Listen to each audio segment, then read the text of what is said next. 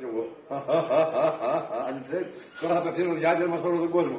Πρώτα στους Έλληνες, γιατί είναι τώρα 5 παράγραφους από για τις εκλογές, και μετά για το ποδόσφαιρο.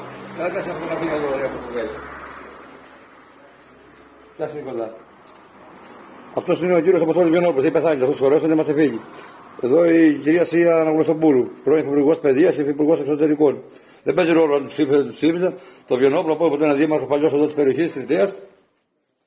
Την τελευταία φορά τον είχα ψηφίσει. Είμαστε φίλοι, πηγαίναμε στα πανηγύρια, χορεύαμε, που έκανε εκδηλώσεις εδώ για το Δήμο, τρώγαμε, πίναμε, χορεύαμε, καίνε, μορφωμένα πράγματα. Όχι τώρα τσακωνόταν κάπως λένε βρίζω ένα στον άλλον, δεν είναι καλό, άμα είσαι μάκα, δεν κατεβαίνει στο πολιτικό παράδειγμα, ψήσει τον άλλον με τον τρόπο να την ψηφίσει.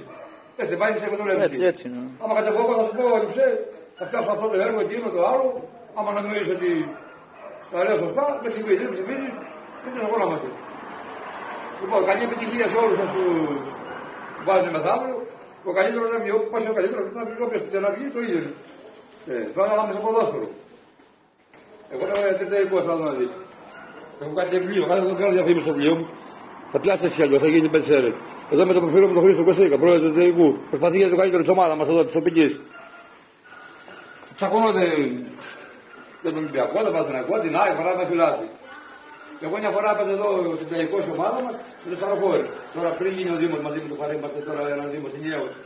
Με τα παιδιά την πέρα μας εφήλει όλους τους παίκτες, προπονητής θα μας στο Μαρκάτο, θα την πάντα τον ήξερα. Όταν παίξει Παναχαντή, σε καλό παίκτη.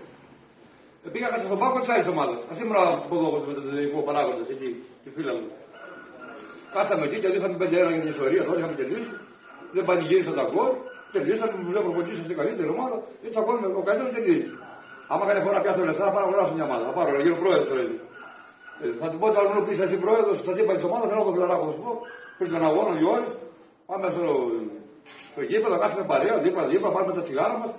Θα κάνουμε δύο πραγματικά καπινίδια εκεί παράδειγμα, το καφεδάκι μας.